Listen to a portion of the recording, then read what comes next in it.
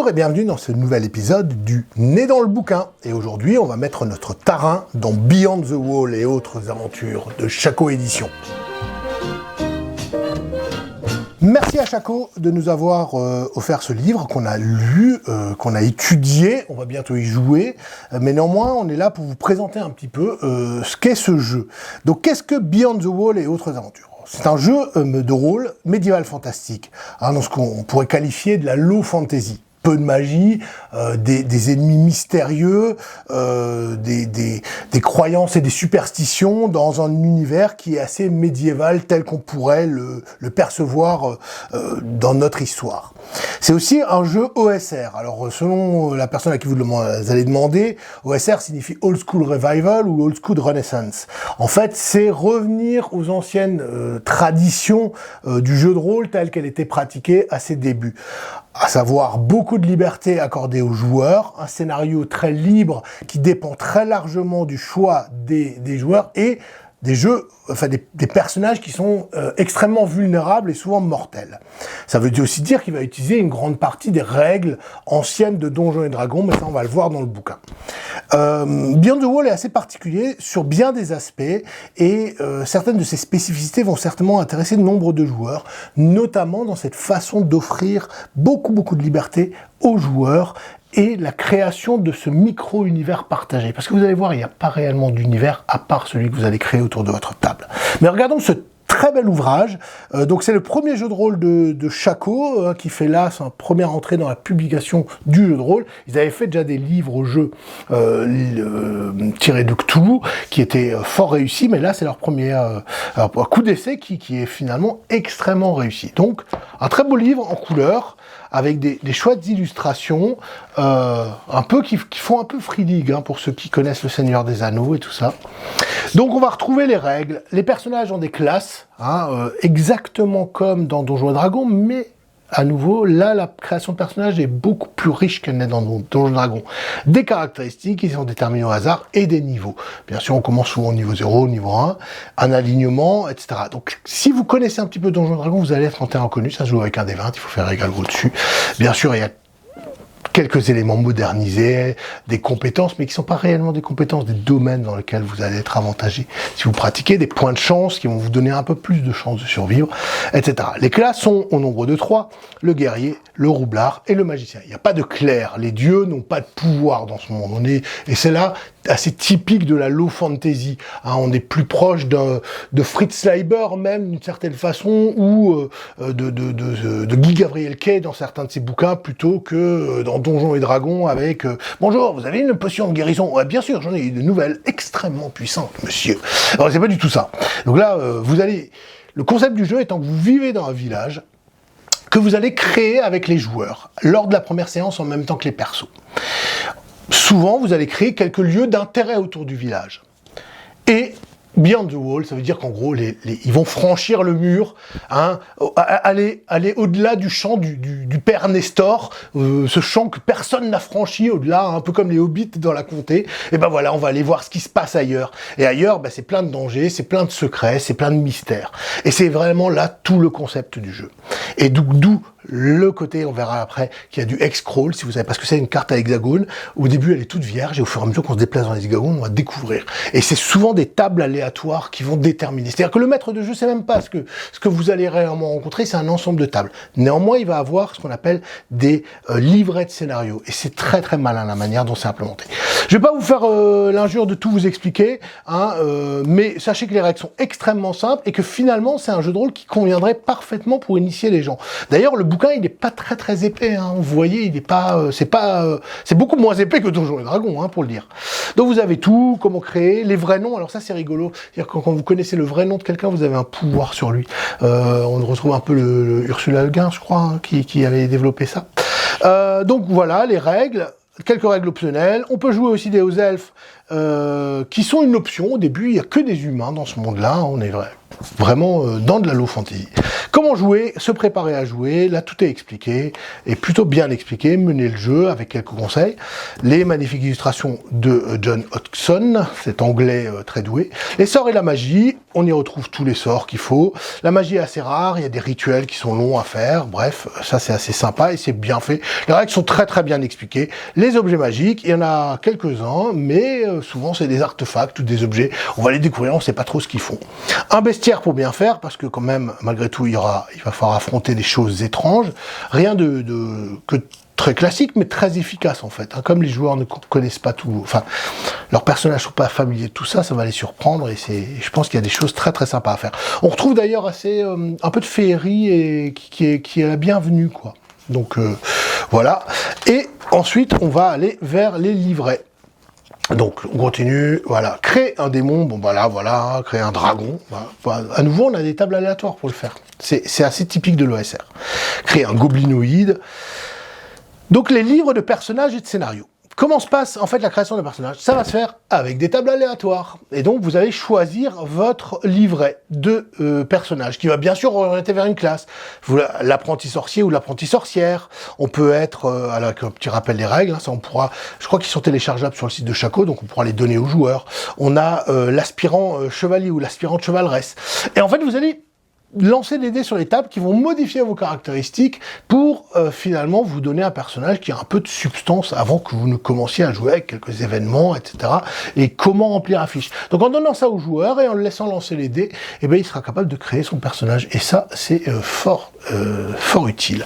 Avec un petit rappel des règles qui va bien. Quant au scénario, et alors le héros de village, il est sympa aussi. Il y en a d'autres qui vont apparaître en téléchargement gratuit, il me semble, et puis à terme, je crois qu'il prévoit peut-être même de faire un recueil de tout cela. Il y en a, en anglais, il y en a moult des livrets de scénarios, de personnages, etc. Donc il y a plein de choses qu'on peut faire dans ce jeu, et c'est assez chouette. D'autant plus que, comme je vous l'ai dit, ça peut être assez mortel. Donc vous pouvez être amené à recréer un personnage, parfois. Le magicien, autodidacte, etc. Bref, vous avez tout ce qu'il vous faut pour créer.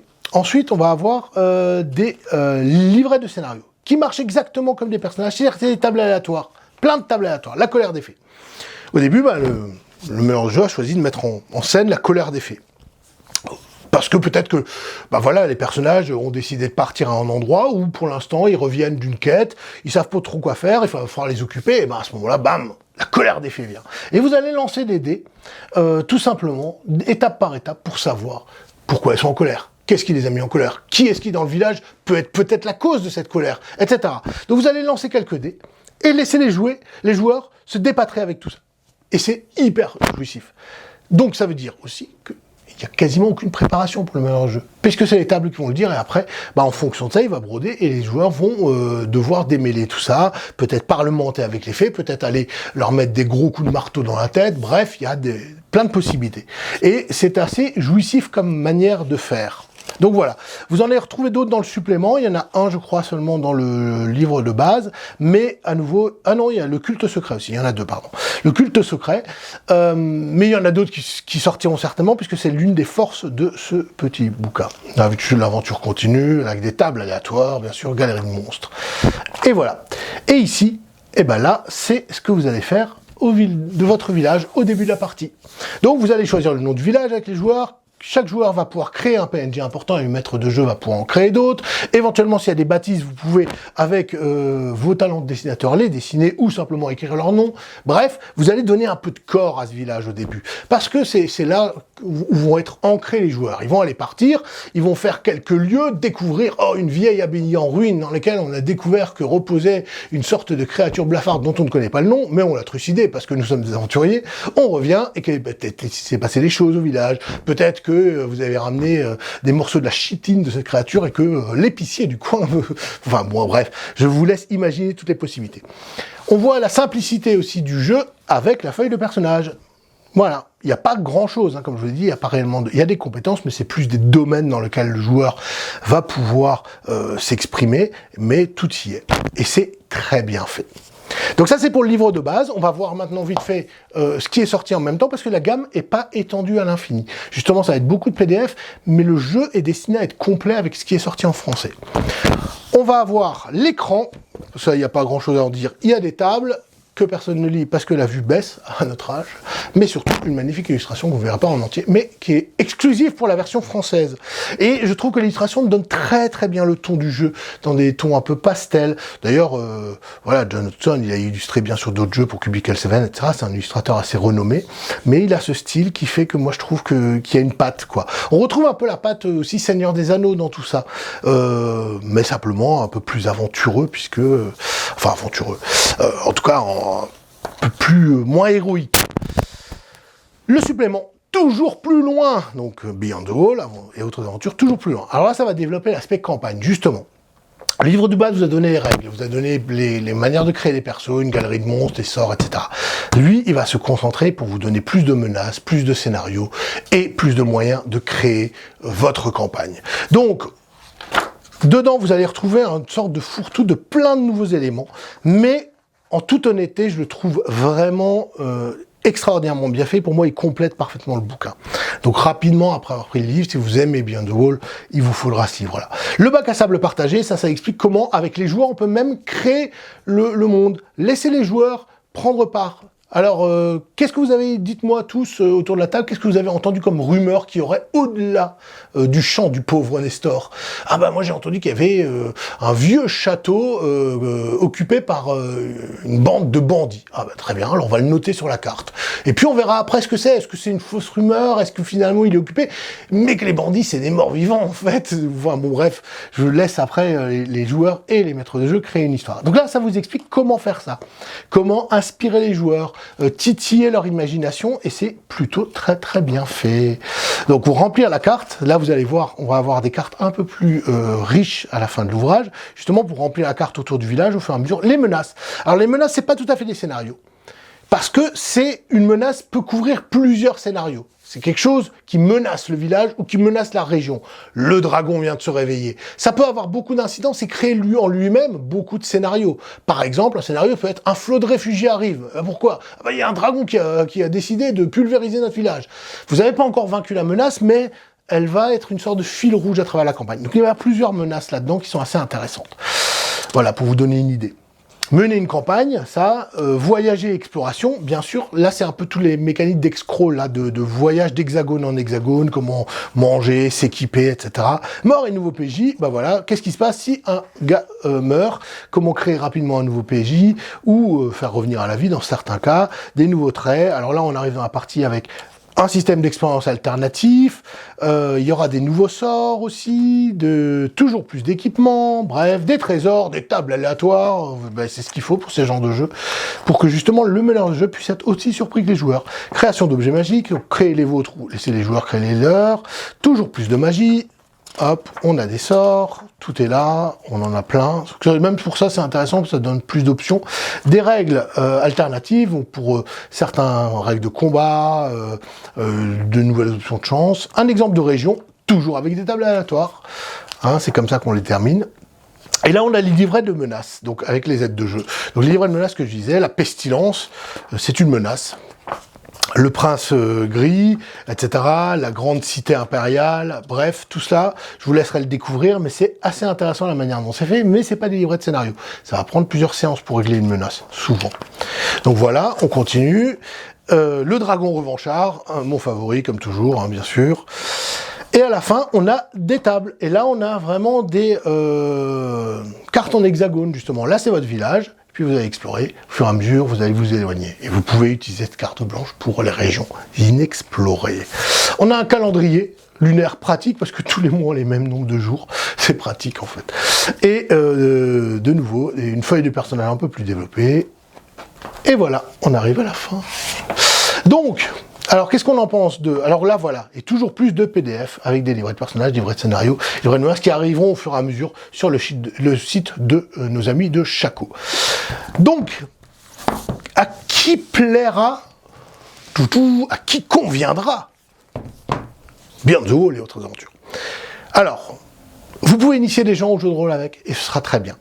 Pour les joueurs un peu plus, qui ont un peu plus de bouteilles, s'ils veulent vraiment à un moment quelque chose de participatif, d'un peu OSR, eh ben vous allez trouver vraiment ce qu'il vous faut là-dedans. Le système est pris en main en un quart d'heure par des joueurs en tant soit peu vétérans, même des débutants n'auront pas de mal à s'y faire, mais il conviendra vraiment aux gens qui ont envie de s'impliquer dans la partie, de jouer ce côté bac à sable partagé, aux meneurs de jeu qui en ont assez d'avoir 3 heures de lecture de scénario avant de pouvoir faire la séance.